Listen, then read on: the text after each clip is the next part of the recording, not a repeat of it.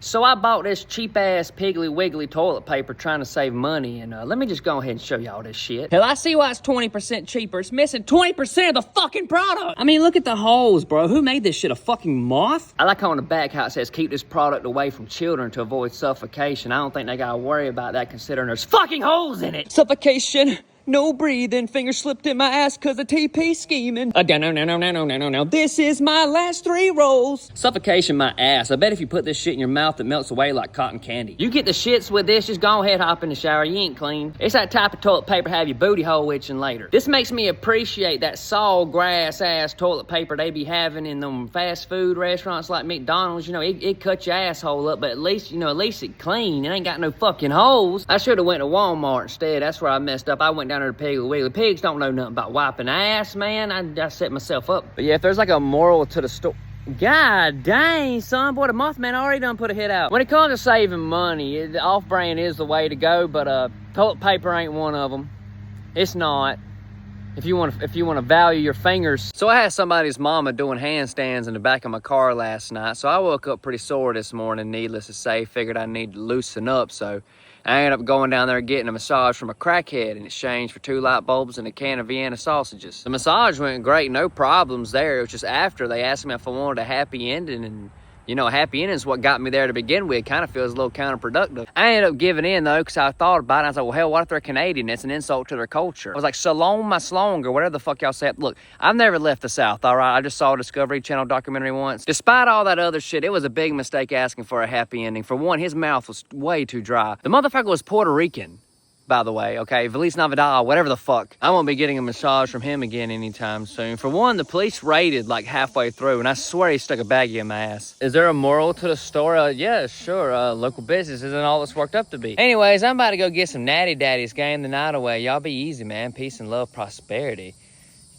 Yeah. In my last relationship, I was sort of like a trampoline. I was fun to jump on, but every time the wind blew, she found me at the neighbor's house. So I was talking to my aunt about this girl I've been seeing and how she's a screamer. You know, just typical shit you talk to your aunt about. She proceeds to tell me that I shouldn't be worried about women right now. I shouldn't be chasing females, and that maybe I should leave the girl alone. So I told her maybe if she put the Percocet down, she wouldn't be so damn constipated all the time. And then who knows, maybe then she could spew shit out of something other than her fucking mouth. Leave her alone. You know, I actually wish I could. You know, I really do. I don't think her family likes me very much. We don't vibe together very well. Whenever I'm over there, I feel like a porch swing. Like every now and again she'll sit on me, but other than that, I'm just kind of hanging around. Her dad's an alcoholic. I'm afraid if he gets drunk enough, he might try and fuck me. Her dad used to actually be a big deal, believe it or not. He was a veteran. Draft dodger. He's always got this far away looking at. You see, I want to tell my aunt about this, but the bitch don't know how to listen. Anyways, I appreciate y'all for letting me vent. I would talk to my therapist about it, but the bitch is my therapist, you know. Woosah, motherfuckers. Here's a clip of me standing silent till my video hits 1 minute so I can make money. Alright, see y'all. Happy 4th of July, fuckers. Y'all want some fireworks? I'm all jacked up on cocaine and Mountain Dew. You like Roman candles? They say you're not supposed to hold them, but that's the Old Testament. Light that bitch up, hold on to it like a receding hairline and let it rip skip. You can do drive-bys in this and prank your friends. If you're looking for something with a little bit of bang, look no further than a bouncing Betty. Now, I know you might have heard about that pending lawsuit with that old lady, and yes, she might have tragically died, but the news outlet says she was a thug, something about selling fruits on Halloween or some shit. Betsy here didn't even get fired. She got put on paid leave. For a small price of $1.99. That's right, $1.99. You too can collect a small inheritance of prime hunting land that you've been patiently waiting on. You like sparklers? Yeah, I bet you're also a 36-year-old man that likes White Claws. Get that weak shit out of here. Did I mention I'm a war hero? I did 2 tours in basic training. Now this one right here, this one's nuclear. We got it from Japan. I traded it in for some Hello Kitty stickers and a recipe for some tater salad. Call this baby the frying pan, cause you light this bitch off, you boy, you're gonna be frying like bologna in a skillet. I understand these southern boys around here like to do it a little differently, which is why I got Tannerite by the cases, son, $20 a pound. I got enough of this shit to blow up a fucking renter center, all right? Not that I'm encouraging it, but I mean, I have been behind on some of the payments. Did I mention we like to fix up old lawnmowers too? Yeah, we like to take them down there to the tractor pool. You can find me up here in the local Walmart parking lot. I just had to beat up an old man out there trying to sell watermelons on my turf. Whew, I tell y'all what, man, I love my job. It's all I ever wanted to do within the confines of my criminal history. Dating a girl with anger issues is like being stuck in a haunted house. Everyone tried to warn me, but I still came inside. Fast forward 6 months, and I'm just now getting used to the sound of shit flying up against the wall. Keep saying I'm gonna leave, but somehow I'm still here. Every time I try to cancel plans, her walls keep me from pulling out. All the doors in the house creak like they're holding back a fucking argument that I'm not emotionally prepared for. I hear screams coming from down the hallway. I don't know whether it's a poltergeist or a polter. This bitch is having another episode. Thermostat don't work. Her mood swings control the temperature. About had a heat stroke the other night because I liked another bitch's Instagram post. Try to bring some sage in. She just called me toxic. Brought in a priest. She said he had main character energy, whatever the fuck that means. Fridge is full of almond milk and red flags, and I'm lactose intolerant and emotionally unavailable. Looks like I'm a fucking starve here. Hell, I want to ghost her, but she's the one haunting me. Every mirror in here shows me fucking apologizing for shit I never even did. I'm starting to think this house ain't haunted, okay? It's fucking possessed by unresolved daddy issues and an expired Zoloft prescription. Hey man, if you like the video, make sure to give it a like. Appreciate you. You ever met one of those athletes that peaked in high school? They keep referring themselves as QB1 when in reality they're just P.O. Box 4 at the bail bonds office. Dude has more flashbacks than a Vietnam War veteran. Dude has more flashbacks than a That's So Raven episode. His baby mama drives a 2003 Nissan Altima while he uses Wi-Fi to text her off his Galaxy S5. He's always blaming his ACL tear for the reason he works at Target Distribution, but he's yet to give an explanation on the cocaine addiction. This guy went from taking charges to catching them. This guy went from hitting threes at the key to just hitting the key. This guy gives life advice in his pajama pants. I give him credit though, dude's always grinding. By choice? No, child support. How the hell you go from winning state to losing to the state? They always talk about that one game, you know what I'm talking? Oh, I had 255 yards, 3 touchdowns on 11 carries. And then you find out that he was on JV. And then you find out that that game was a tune-up game against the special needs kids from the youth church group down the street. And listen, there ain't no reason to get upset with me, all right? I'm not the one that scheduled the game here, okay? My toxic trait would probably be that I'm intelligent enough to know better, but petty enough to not care. I'm not the bigger person. I'm the creative one. Some people think I should let it go. Well, maybe I shouldn't have called it to begin with. You try and go low with me and we'll be taking this shit to fucking China. I'll admit I should probably forgive a little more often than I do, but I'll also admit that I tend to like a good sequel every now and again. I don't argue, I monologue. I don't like blocking people. I much prefer they continue to watch me not being shit. I'm not saying I'm over dramatic, but if you see me having an episode at the party, just know I rehearsed it 20 times on the car ride over here. I've said it before and I'll say it again. I'm not toxic, I'm passionate. I forgive, but I never forget depending on how strong the weed was that day. The only time I'll turn the other cheek for a woman is to stay in between hers. And listen, I know it's my fault, okay? It don't take much to push me over, all right? I remember this one time this girl was over and you know, we were hanging out, Netflix, chilling, whatever the fuck, you know, and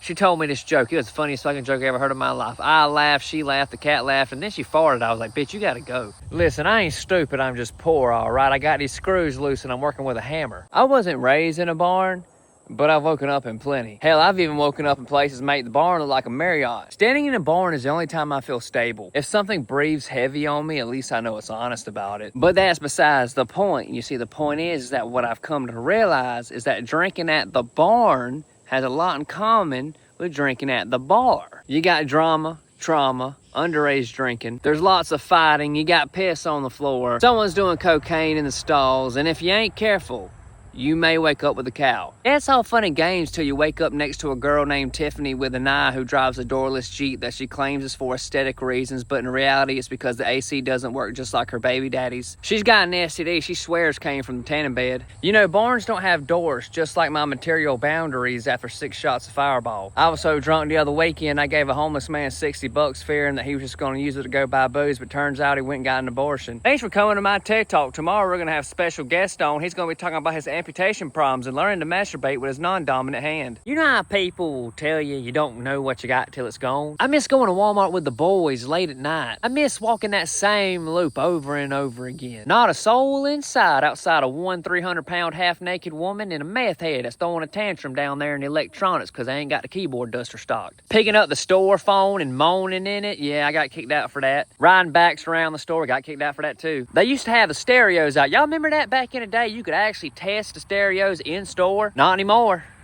My bad. That was one of the times I actually didn't get kicked out though. You know, the employees were real troopers. They was like, well, it is Freebird. I remember Mama used to buy me fish from Walmart and they'd always die before we got to the house because, you know, I was like Darla from Finding Nemo. I couldn't stop shaking the fucking bag. Hey, here's something you don't hear anymore. Hey, let's all go to Walmart and buy a fucking lobster. What happened to that shit? But they used to sell AR. They sold man, Damn it, son, this used to be a country. My buddies will call me, do you want to go walk around Walmart middle of the day?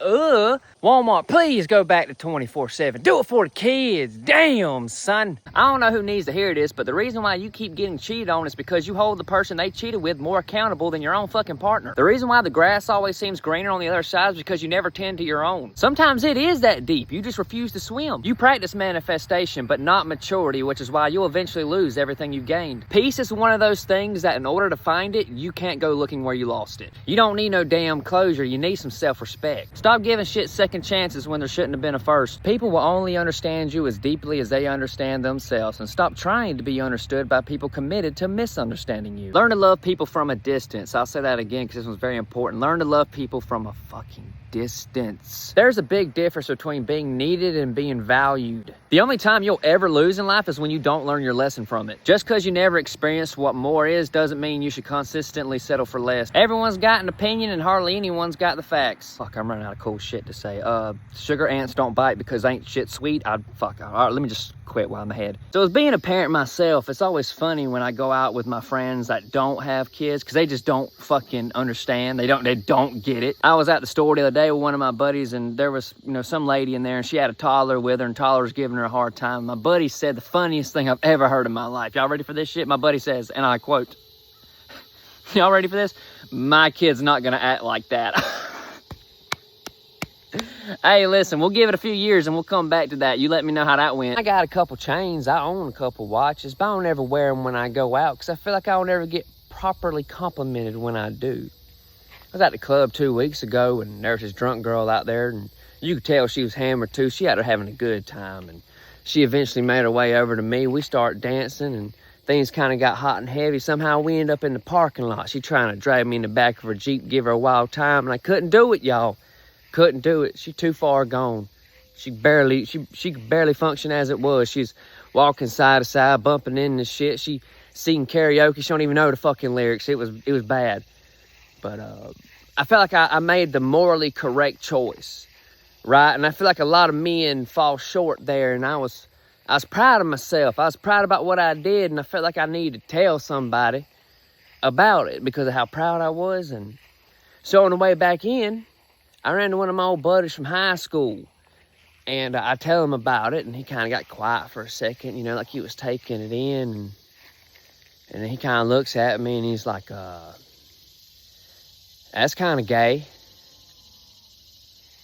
And I didn't have a cue card for that one, and so I just got mad. I was like, hey, listen here, asshole, what I did was a good thing, and you're just being a fucking prick about it. And he was like, no, you completely understand. What you did was amazing, but where the fuck did you get that fucking watch from? eBay? I meet this girl down at the bar the other night, and she informs me that she's a caretaker for her mama. Apparently her mom got in this real bad car accident, and she can't, she needs living assistance now. So she moved in with her and takes care of her full time, and I ain't have no problem with that. I have no problem with that whatsoever. But she told me from the jump, she was like, listen, if we start dating, seeing each other, whatever, I just need you to understand that no matter what, mama always comes first. And I'm like, I got it. Mama comes first. I completely understand. I get your situation. I got it. All right. No more complaints out of me. So fast forward, right? We go through a couple more weeks of seeing each other, dating, and things start to hit it off. Things start to, look up and up. And so she finally invites me over to her house to meet her mama. So I get over there, I meet her mom, I give her a big smile, I give her a big hug, I start to take my pants off, my old lady starts yelling at me, and I'm like, I don't understand, I thought you said mama comes first. Had to perform a little search and rescue action earlier on Uncle Jerry. He done got lost out in the woods hiding from the probation officer again. He done made friends with a warthog out there. They do drugs together now. Jerry's a rather small guy too, he'll hop on the back of that thing right into town looking like a Section 8 Timon and Pumbaa. It's the fourth time he's done did this shit too, and I ain't gonna lie to y'all, starting to become quite the annoyance, especially considering the fact he ain't even on probation. Last time I found him, he down there in the swamp. He done covered himself in mud. I said, oh shit, that motherfucker think he Arnold Schwarzenegger. Jerry once tried to convince me he was a superhero, and it's like I told him, I said, you can't be a superhero without an arch nemesis. And apparently he does have an arch nemesis. His name is Narcan Man. Jerry's an OG crackhead, and I like OG crackheads, It's this new generation of crackheads that I don't like, It's like I was telling my buddy the other day, you know, these new generation crackies, they just steal your shit. At least these OGs, you know, they'd give you head for it. Jerry's family, which means, you know, he doesn't steal shit, he just borrows it forever. I remember in 5th grade, we had this music teacher. She had this big old mole on her face, bigger than all outside, let me tell you. We used to call it her emotional support raisin. Don't get me wrong, she could sing, but that mole had range. No, like seriously, like we were all convinced it moved. One day it'd be under her eye, next day it'd be on her jawline. The bitch was having a world tour on her face. She was meaner than a period shit too, boy. We walk in that classroom, she had that resting mole face on. She'd always complain about how flat we were sounding, probably has something to do with that fat ass sound absorber she had on the side of her fucking face. She tried to get it cut off one time, but apparently it had seniority over her. Something about it came out the womb first or some I don't know. Point being, the mole had tenure.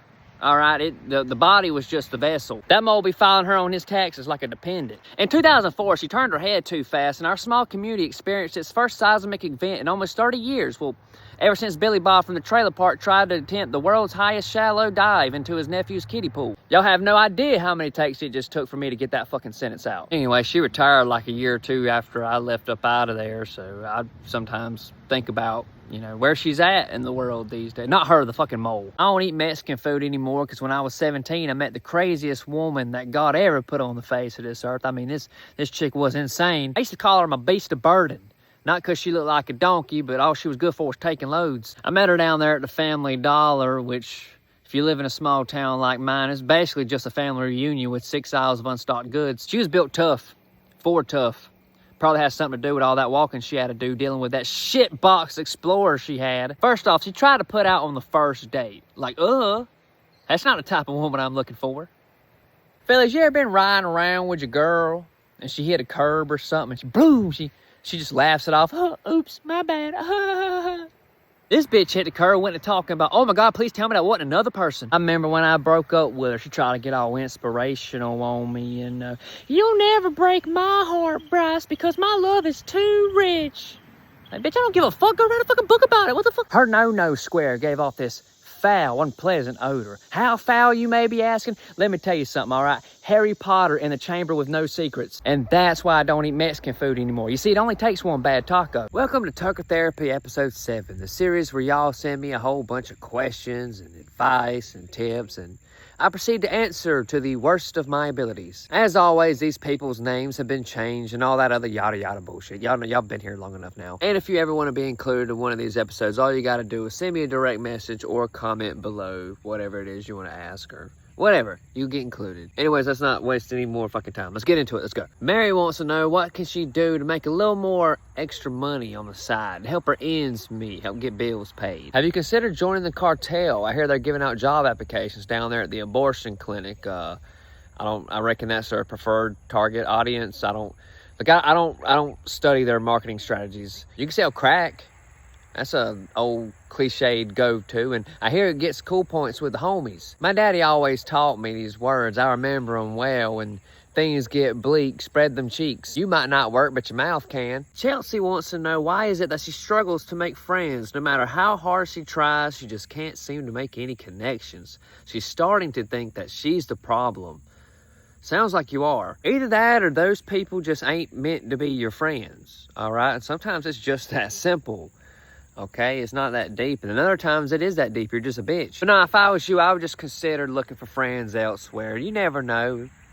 I mean, that's about all the good advice I can give on that one. Donnie wants to know why I look thrown away. Well, Donnie, your father came home early and I didn't have time to take a shower first. Sheila wants to know, have I ever broken a bone? Yes, I have, but only because she was going way too fast. I told her multiple times to slow down. She did not have very good accuracy. Now I walk fine, but I still have a limp. Veronica asks, what's the easiest way to deal with noisy neighbors? She says her neighbors throw massive parties weekly and all they do is play music all night long and people constantly call the cops and complain, yet nothing ever happens. What should she do? Veronica, have you ever considered burning the house down? I don't know if you've ever seen the Spider-Man movies, but I'm kind of like Harry's dad. I'm a bit of an arsonist myself, or whatever I think that's what he said. Anyways, I like to burn shit to the ground, especially shit that annoys me. Like there was just one time I had this neighbor and, you know what, actually never mind, admission of guilt. If they're frat kids, it's an easy fix. Just cut the Wi-Fi off and with half an hour, they'll be like ants out in the yard doing the death circle till they die of dehydration. Morgan wants to know why he never gets the appreciation he feels like he deserves at work. first job? You won't get that on them big jobs. Hell, I work for my damn self. I ain't satisfied. I wouldn't necessarily quit right away, but that'd definitely be one of them jobs. Every time I went to the shitter, I'd be scrolling Indeed, you know what I mean? But yeah, man, good luck with that. It's hard to find people that appreciate you for anything these days. Carter wants to know, have I ever chased dragons? The only thing I'm dragging is these nuts across your forehead, bitch. And that'll do it for today's episode. If you made it all the way through the video, I appreciate you for the support. You guys don't know how much it means. If you like the video, make sure to give it a like. If you really like the video, make sure, you know, take it a step further. Give me a subscribe. Help me, you know, my road to 10K subscribers. I'm trying to get there. Y'all help me out. Show me some love if you don't mind. If anybody wants to be included, you want to ask me a question, tips, advice, whatever it is, all you got to do, again, you can direct message me. You can leave a comment below. However you want to go about it, you'll get included. Peace, love, prosperity. I'm out this bitch. Thank y'all.